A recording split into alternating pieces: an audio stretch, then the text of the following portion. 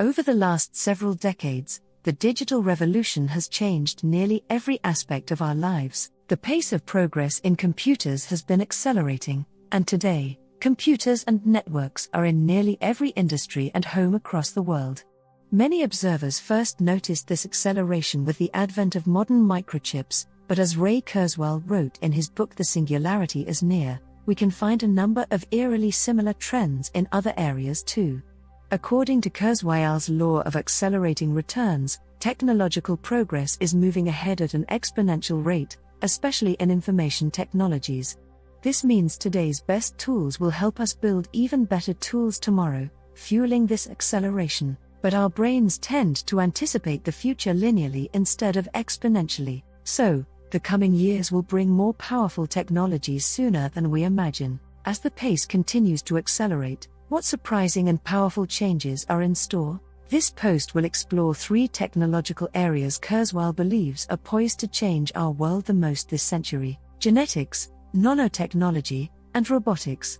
Of all the technologies riding the wave of exponential progress, Kurzweil identifies genetics, nanotechnology, and robotics as the 3 overlapping revolutions which will define our lives in the decades to come.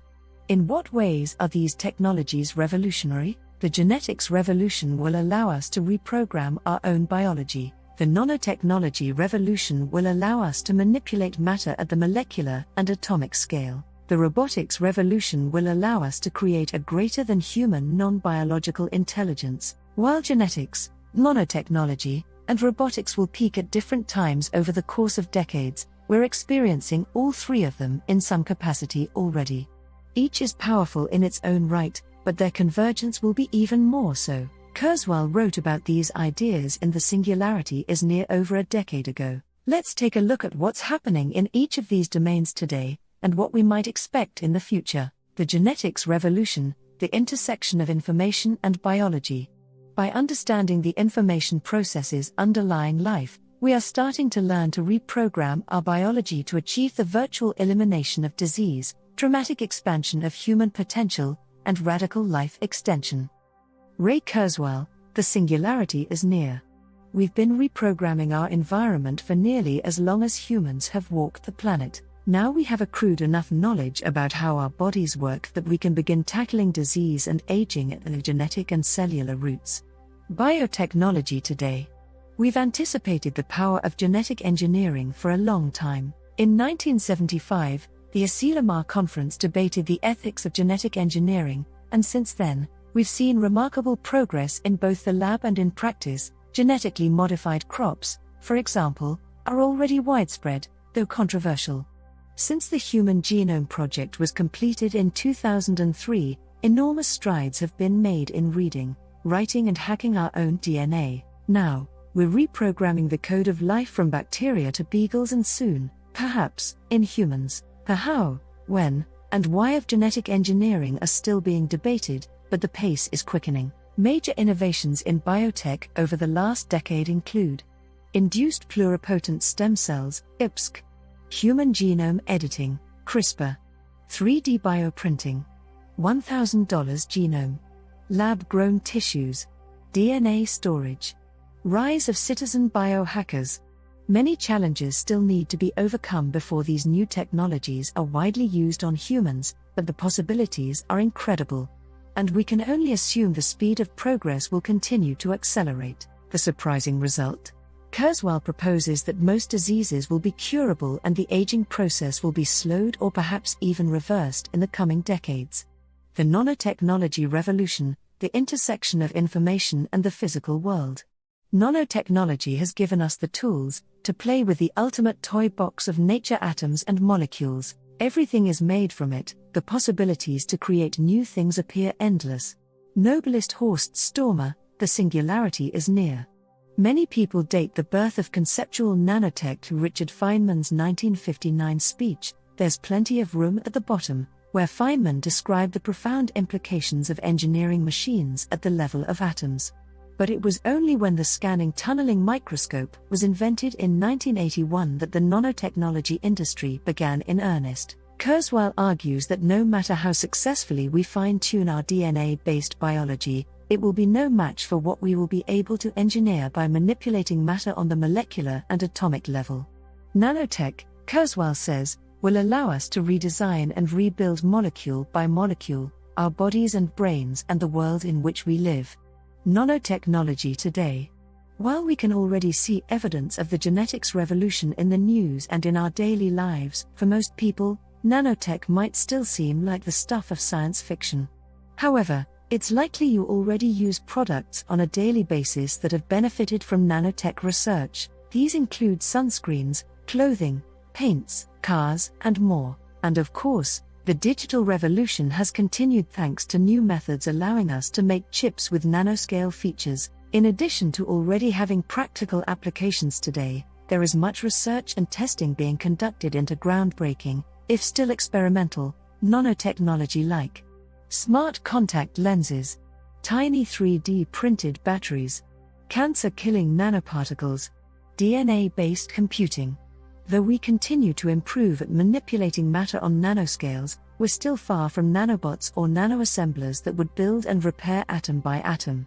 That said, as Feynman pointed out, the principles of physics do not speak against such a future, and we need only look to our own biology to see an already working model in the intricate nanomachinery of life, the robotics revolution, building strong artificial intelligence.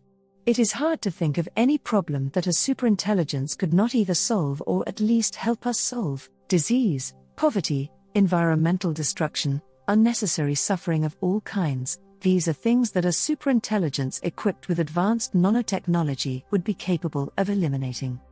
Ray Kurzweil, the singularity is near. The name of this revolution might be a little confusing. Kurzweil says robotics is embodied artificial intelligence, but it's the intelligence itself that matters most. While acknowledging the risks, he argues the AI revolution is the most profound transformation human civilization will experience in all of history. This is because this revolution is characterized by being able to replicate human intelligence, the most important and powerful attribute of human civilization. We're already well into the era of narrow AI, which is a machine that has been programmed to do one or a few specific tasks, but that's just a teaser of what's to come. Strong AI will be as versatile as a human when it comes to solving problems, and according to Kurzweil, even AI that can function at the level of human intelligence will already outperform humans because of several aspects unique to machines. Machines can pool resources in ways that humans cannot. Machines have exacting memories. Machines can consistently perform at peak levels and can combine peak skills. Artificial intelligence today.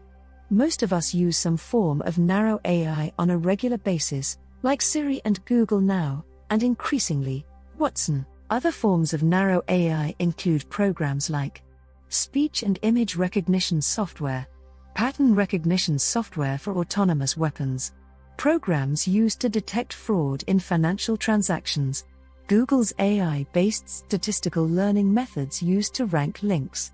The next step towards strong AI will be machines that learn on their own, without being programmed or fed information by humans. This is called deep learning, a powerful new mode of machine learning, which is currently experiencing a surge in research and applications. Why is this important? Kurzweil calls genetics, nanotechnology, and robotics overlapping revolutions because we will continue to experience them simultaneously as each one of these technologies matures. These and other technologies will likely converge with each other and impact our lives in ways difficult to predict, and Kurzweil warns each technology will have the power to do great good or harm, as is the case with all great technologies. The extent to which we're able to harness their power to improve lives will depend on the conversations we have and the actions we take today. GNR will provide the means to overcome age-old problems such as illness and poverty, but it will also empower destructive ideologies, Kurzweil writes. We have no choice but to strengthen our defenses while we apply these quickening technologies to advance our human values, despite a lack of consensus on what those values should be.